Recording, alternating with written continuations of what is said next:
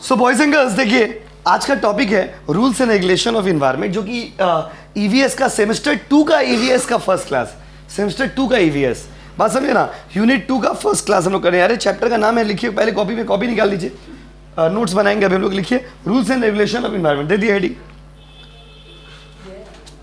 Rules and regulation of environment. चलो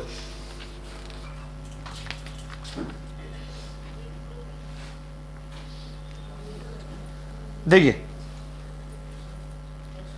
सबसे पहले तो rules and regulation of environment का मतलब क्या हो गया, what is the meaning of rules and regulation of environment. तो देखिए बाबू, rules and regulation of environment का मतलब हो गया कि इन्वायरमेंट से रिलेटेड क्या लॉज है, इन्वायरमेंट से रिलेटेड जो लॉ है, इन्वायरमेंट से रिलेटेड जो रूल्स रेगुलेशन है, उसको सेट ऑफ गाइडलाइंस है, उसी को हम लोग बोलते हैं rules and regulation of environment. तो पहले इसका डेफिनेशन लिख लीजिए, concept number 1, ready, heading concept number 1 लिखिए,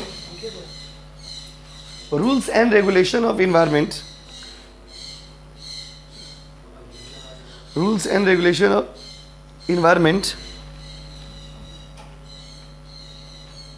means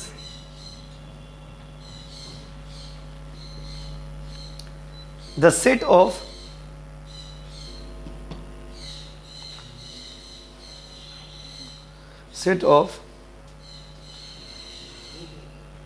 principles, set of principles which helps to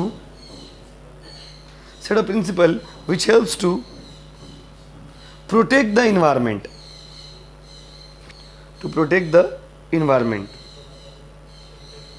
which helps to protect the environment.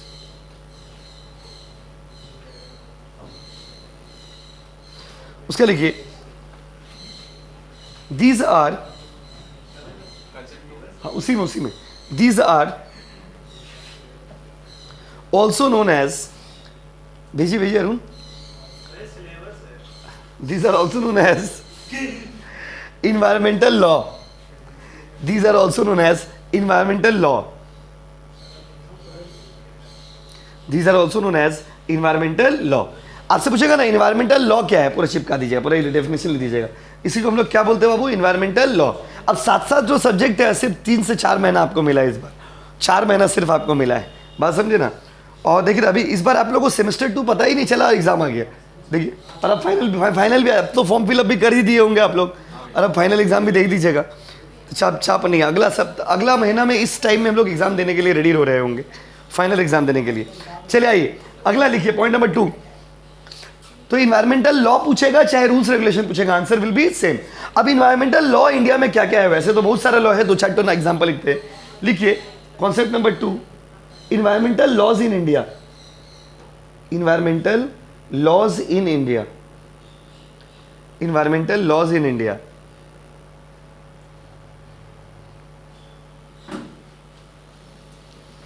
चलिए इन्वायरमेंटल लॉज इन इंडिया के बारे में लिखिए। देखिए वैसे इन्वायरमेंट के लिए भी बहुत सारा लॉ बनाया गया है। लिखिए point number 1,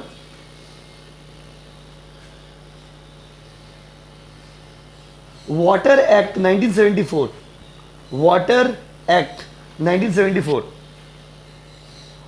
water act 1974।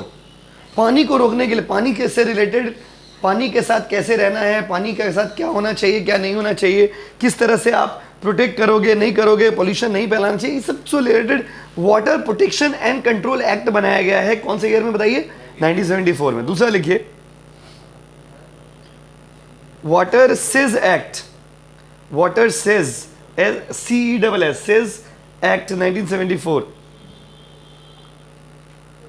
Says CESS, says act 1974। एक तो वाटर एक्ट 1974, एक तो water says act 1974।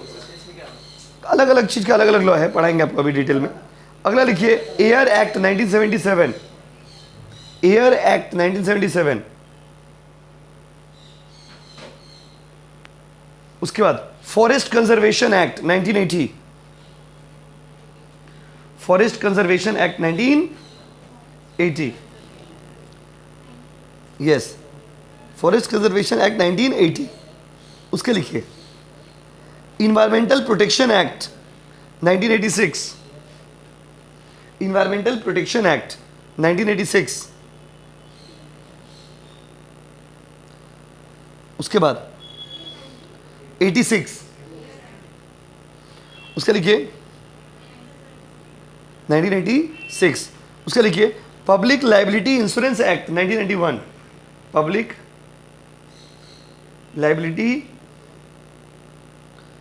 Insurance act 1991,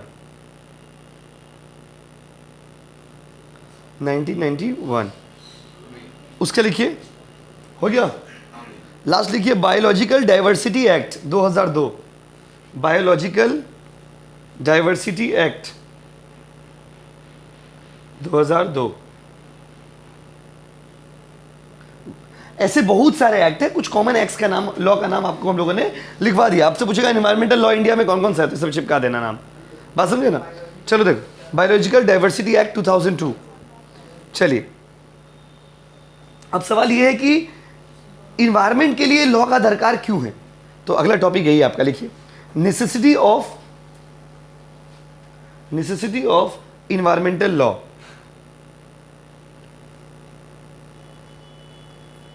necessity of environmental law.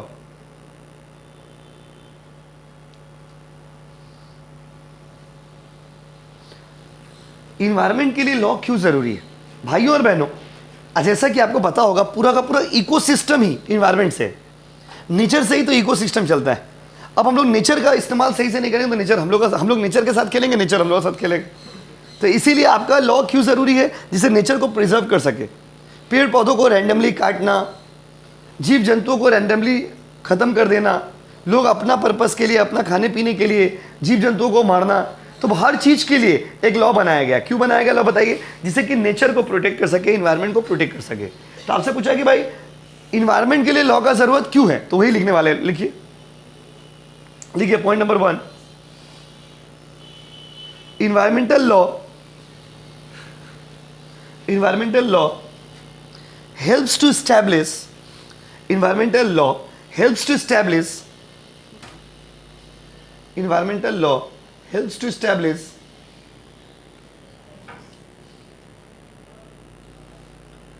establish strong ecosystem,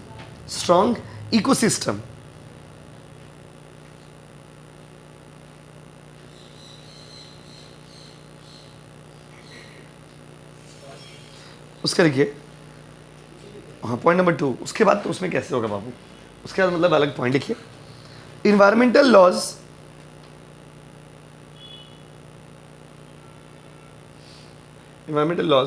helps to minimize pollution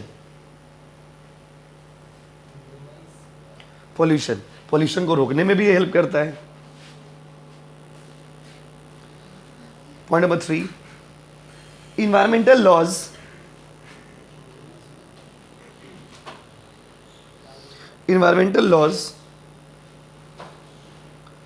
helps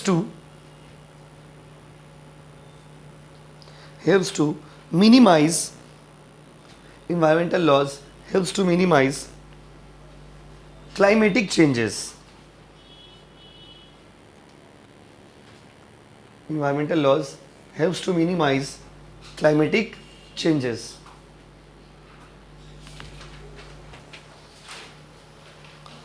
climatic changes में भी हेल्प करता है, रोकने में भी हेल्प करता है। कितना पॉइंट हो गया बताइए? कॉन्सेप्ट नंबर 4 लिखिए, मतलब उसी चैप्टर, उसी टॉपिक के अंदर में कितना नेसेसिटी कितना लिखिए बताइए? 3 लिखिए ना, मतलब और लिखिए rules and regulation of environment. और पीछे ऐसी बंद कर दिया था थोड़ा। Rules and regulation of the environment helps to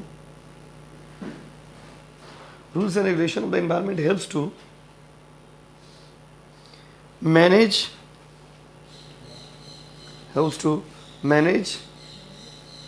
the resource। ये रिसोर्स को मैनेज करने में हेल्प करता है। ये मतलब कौन? Environmental law. कितना पॉइंट हो गया बताइए? 4। 5वां पॉइंट लिखिए, environmental law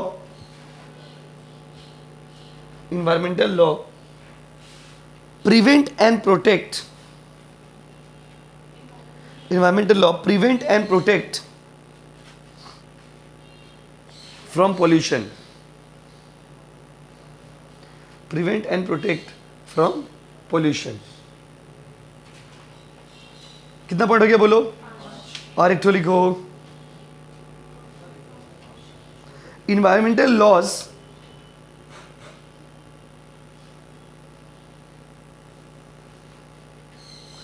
helps to face, environmental laws helps to face global challenges, global challenges.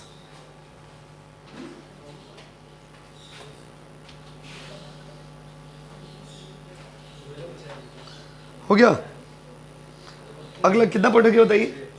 हाँ, तो ये कॉन्सेप्ट हो गया, नेसेसिटी, क्यों जरूरी है इन्वायरमेंटल लॉ, वो भी हम लोग कर लिए। अगला टॉपिक लिखिए, challenges in implementing environmental law. अगला हेडिंग दीजिए, challenges in implementing environmental laws, challenges in implementing environmental laws. Next concept, yes, challenges in implementing environmental laws.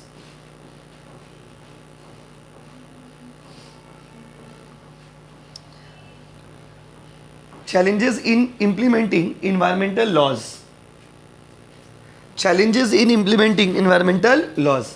Environment का लॉ को लागू करने में क्या क्या प्रॉब्लम फेस करना पड़ता है, तो लिखिए पॉइंट नंबर 1 लिखिए।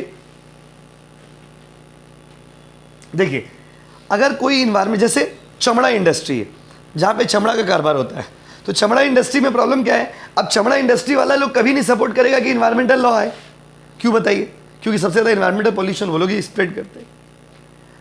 अगर मान लीजिए जहां से स्मोक इमिशन होता है, स्मोक इमिशन मतलब धुआं निकलता है, वो लोग कभी नहीं चाहेगा कि इन्वायरमेंटल लॉज आए, क्यों, क्योंकि उसको डायरेक्टली अफेक्ट होगा। तो इन्वायरमेंटल लॉ को बहुत सारे लोग प्रोटेस्ट करते हैं, बहुत सारे लोग चाहते नहीं कि इन्वायरमेंटल लॉ इंडिया में आए, क्यों नहीं आए, तो वही रीजन आपको बताना है। लिखिए point number 1, industries that may be directly impacted, industries that may be directly impacted, industries that may be directly impacted,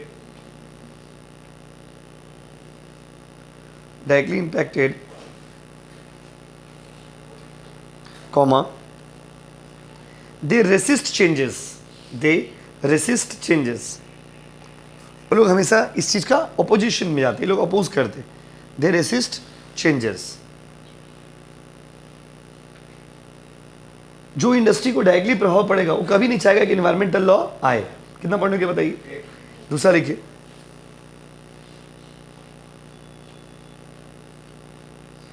देखिए इन्वायरमेंट जरूरी है, बट इन्वायरमेंट का लॉ को लागू करते करते ऐसा ना हो कि देश में इकोनॉमिक कंडीशन ही खराब हो जाए, क्योंकि ऑलमोस्ट चीज कहीं ना कहीं डायरेक्टली इनडायरेक्टली, जैसे हम लोग एसी चला रहे, ट्यूशन पढ़ा रहे, तो हम लोग क्या लग रहा है, हम लोग इन्वायरमेंट कहाँ पॉल्यूट कर रहे हैं, इन्वायरमेंट पॉल्यूट कर रहे, एसी चल रहा है उससे धुआं निकल रहा है, इन्वायरमेंट में पॉल्यूशन हो रहा है।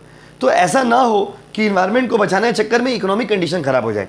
तो हर एक गवर्नमेंट ये कोशिश करता है कि there should be the proper balance between environmental law and economical law. लिखिए, पॉलिसी मेकर्स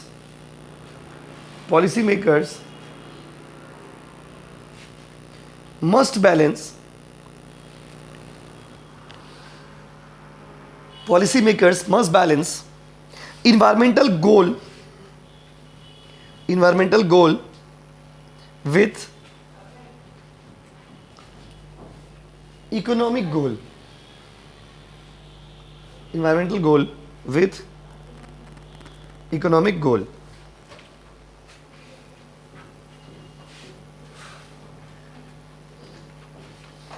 देखिए, लैक ऑफ रिसोर्स, अगला पॉइंट लिखिए, lack of resource,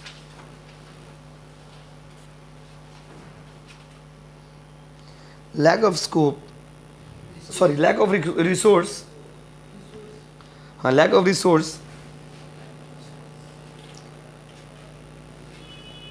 hinders, HINDER, lack of resource hinder the economic the environmental policy, lack of resource hinder the environmental policy. Environmental policy को hinder कौन करता है बताइए? Resource का कमी। रिसोर्स नहीं है तो रिसोर्स को पाने के लिए लोग क्या है, बहुत सारा स्टेप्स लेते हैं, उसी में बहुत बार इन्वायरमेंट को डैमेज भी करना पड़ता है हम लोग को। कितना पॉइंट हो गया बताइए? पॉइंट नंबर 4 लिखिए।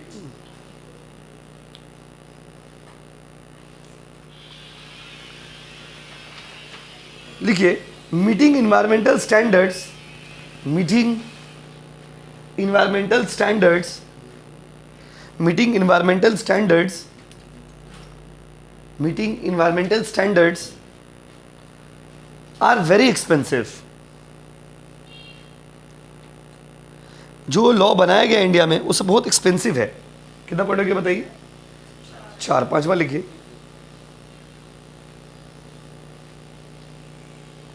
लिखिए, implementing environmental law,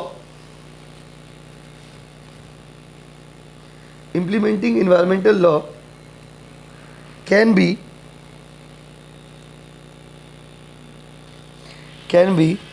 challenge for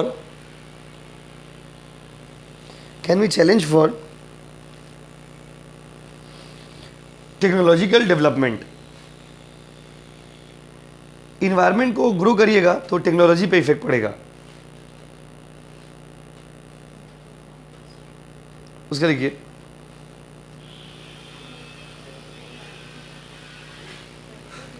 कितना पॉइंट हो गया बताइए? लिखिए, political parties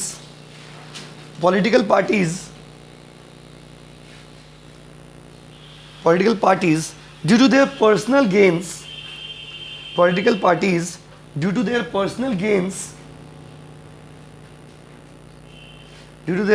gains,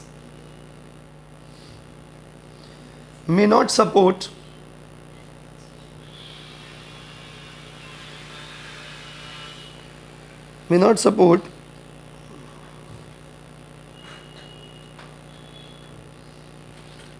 environmental growth।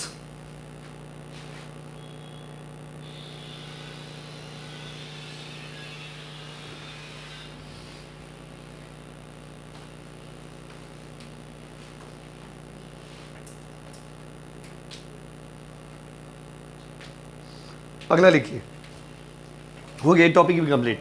क्या क्या टॉपिक हो गया बताइए? इन्वायरमेंटल लॉ क्या है, इन्वायरमेंटल रूल्स रेगुलेशन किसको बोलते हैं, उसके बाद क्या था बाबू बताइए? क्या क्या लॉ है इंडिया में, नेसेसिटी क्यों जरूरी है, क्या क्या चैलेंज है। अगला लिखिए, अगला हेडिंग लीजिए, mistakes in implementing environmental rules. Mistakes, अगला टॉपिक दीजिए, mistakes in implementing environmental rules, mistakes in implementing environmental rules.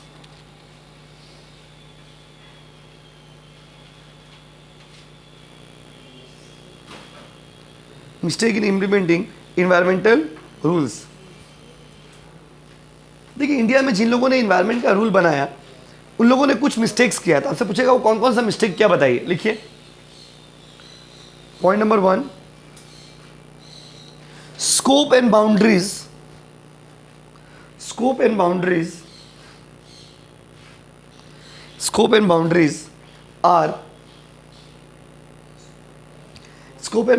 are not clearly defined. Scope and boundaries are not clearly defined. Scope और boundary clearly defined नहीं है, पहला mistake. दूसरा mistake लिखिए, no any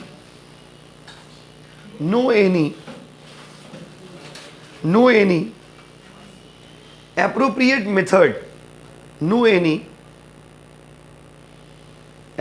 method, or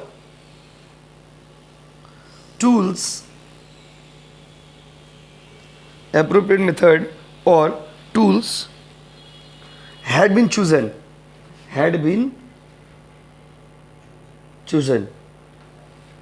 आपने कोई appropriate method, कोई ऐसा रूल सिलेक्ट नहीं किया है। बात समझे? नेक्स्ट लिखिए, कितना पॉइंट हो गया बताइए? तो पॉइंट नंबर 3 लिखिए, देखिए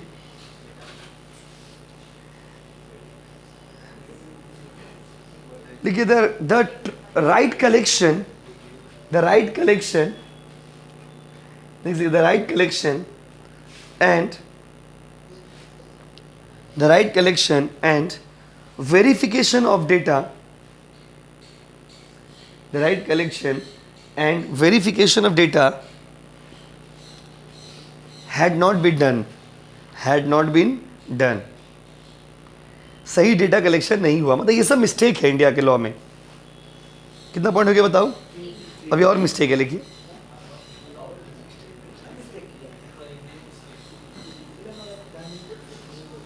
लिखिए, not analysing and interpreting the result, not analysing and interpreting the results, not analysing and interpreting the results. Law बन तो गया लेकिन उसका रिजल्ट के बारे में पता नहीं, रिजल्ट कितना सक्सेसफुल हुआ कितना सक्सेसफुल नहीं हुआ।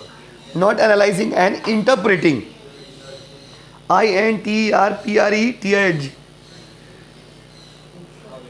Not analysing and interpreting the results. कितना पढ़ोगे बोलो? 5वां लिखो, not communicating and reporting the results. अपने आप में ये गलती है, सब्जेक्ट ही गलती है बस।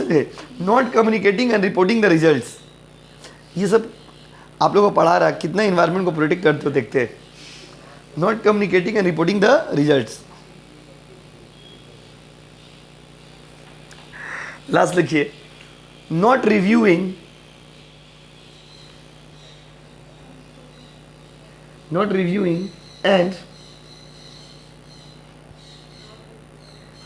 And improving the assessment. क्या बोले जी?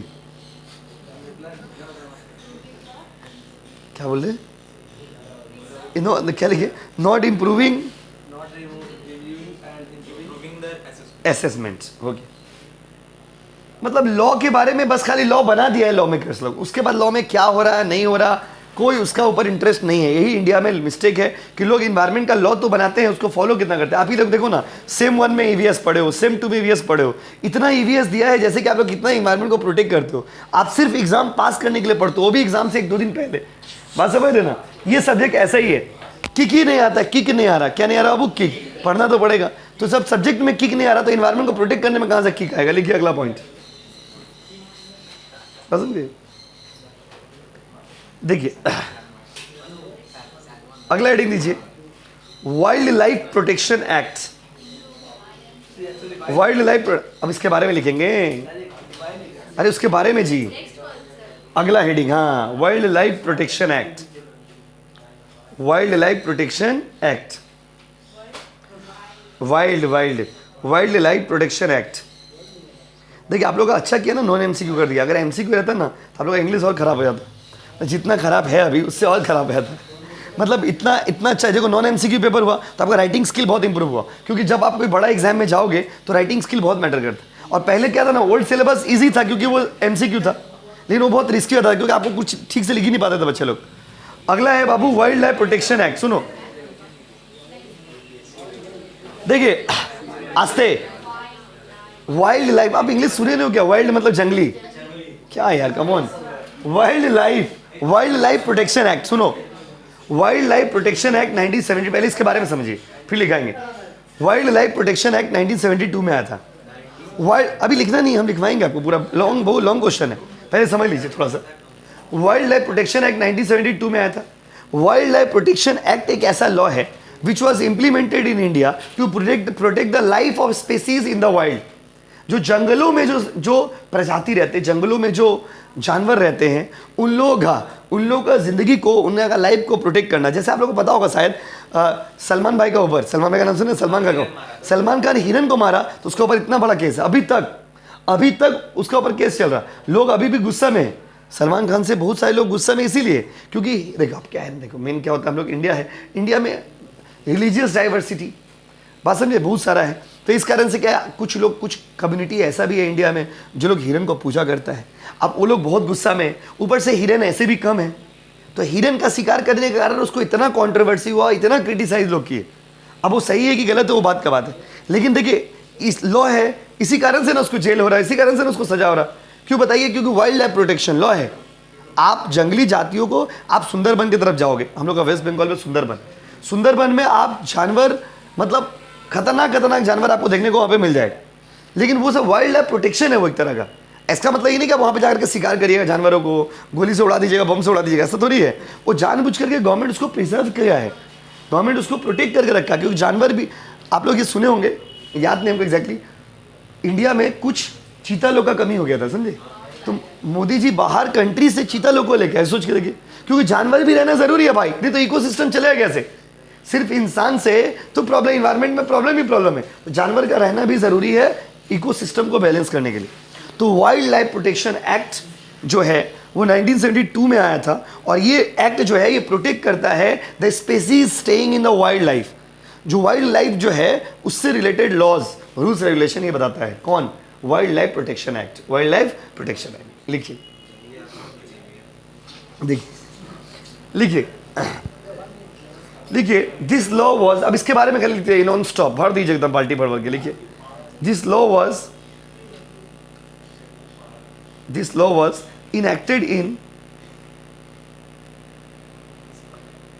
was enacted in India.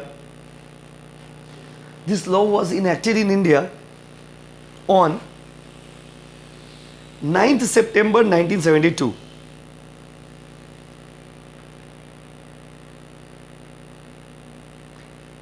Okay, full stop. This is the law. This is the law which protect and conserve. This is the law which protect and conserve. उसी में बाबू, this is the law which protect and conserve country's wildlife. जंगली जिंदगी कैसा होगा, जंगलों में जिंदगी कैसे जियोगे, कंट्रीज वाइल्ड लाइफ, ये वो लॉ है ना, ये वो क्या है बाबू, जो बताएगा। फिर से बोले क्या? This is the law which protect and conserve, यही बोले थे ना, कंजर्व कंट्रीज वाइल्ड लाइफ। हम लोग का देश का जंगली जीवन कैसा है, जंगल में जिंदगी कैसा होगा, जानवर, जंगल में तो जानवर ही रहते हैं। लिखिए, उसका लिखिए, इट सेफ गार्ड, बात नहीं, आपको डायरेक्ट बोलेगा वाइल्ड लाइफ प्रोटेक्शन का ऊपर शॉर्ट नोट लिखिए, लिखिए, बात नहीं बाबू, it safeguard the diverse wildlife. उसी में बाबू वही एक आंसर कंटिन्यू हो रहा, it safeguard the diverse wildlife found within countries border, diverse wildlife found within countries border.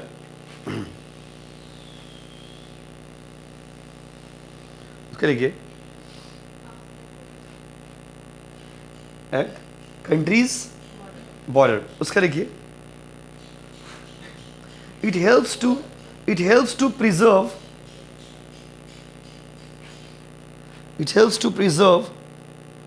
natural habitats, habitats, habitats and species, SPECIES, species। ठीक है, चलिए उसके लिए पैराग्राफ चेंज करके, following are the features of, अब long question दे दिया ना, एमसीक्यू तो उतना छाप नहीं था।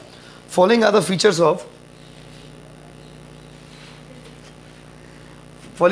ऑफ दिस एक्ट, इस एक्ट का कुछ खूबी बोले।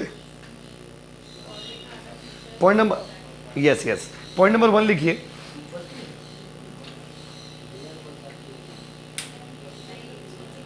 पॉइंट नंबर 1, इट प्रोटेक्ट्स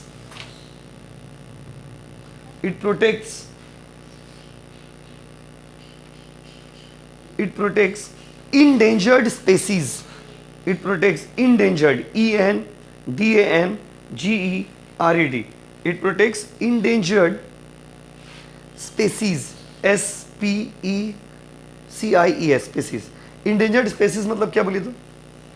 जो जानवर है, वेरी गुड, एक्सीलेंट, जो जानवर खत्म होने वाला है, जो जानवर खत्म होने वाला है उसका जिंदगी को ये बचाता है।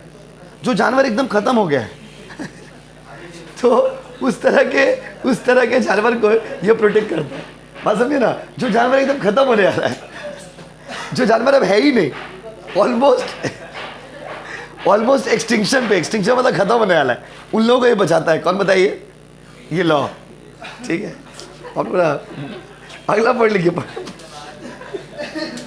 पॉइंट नंबर 2 लिखिए, पॉइंट नंबर 2 लिखो।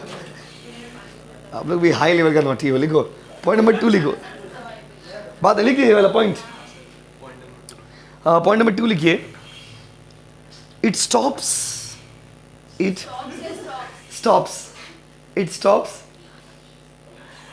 हंटिंग। हंटिंग मतलब शिकार करना, यही सब कुछ वर्ड तो समझ आ रहा। इट स्टॉप्स क्या बाबू? हंटिंग। ये हंटिंग को रोकता है। हंटिंग मतलब शिकार। आप शिकार नहीं कर सकते। किसका शिकार करना पड़ता है? जानवर की, जंगली जानवर।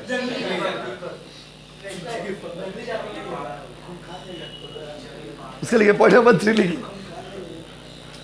तीसरा पॉइंट लिखिए। It provides licence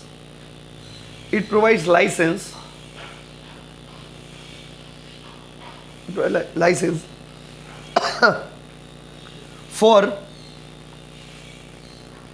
selling, transferring, selling खाली लिख दीजिए बस। It provide licence for selling species.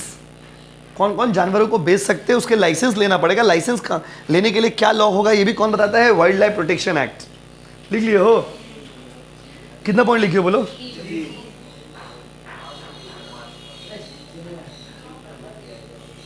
लिखिए point number 4। It helps to establish central zoo authority. Kolkata में जू है ना, कहाँ पे है? इट क्या लिखा होगा? Helps to establish central zoo authority. Central zoo authority.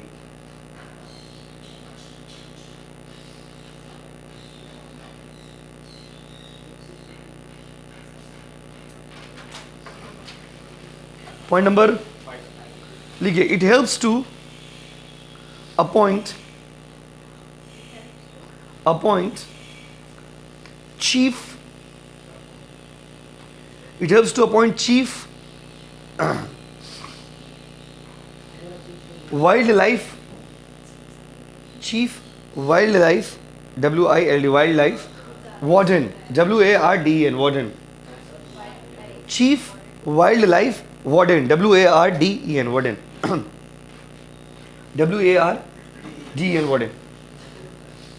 अब होता है जैसे खतरनाक जो जंगल है वहाँ पर भी जो हेड होता है उसका भी सरकारी नौकरी है। उसके लिए भी उसका अपॉइंटमेंट कौन करेगा? उसका वहाँ पे भी लोग होते हैं, उन लोगों का भी गवर्नमेंट जॉब है।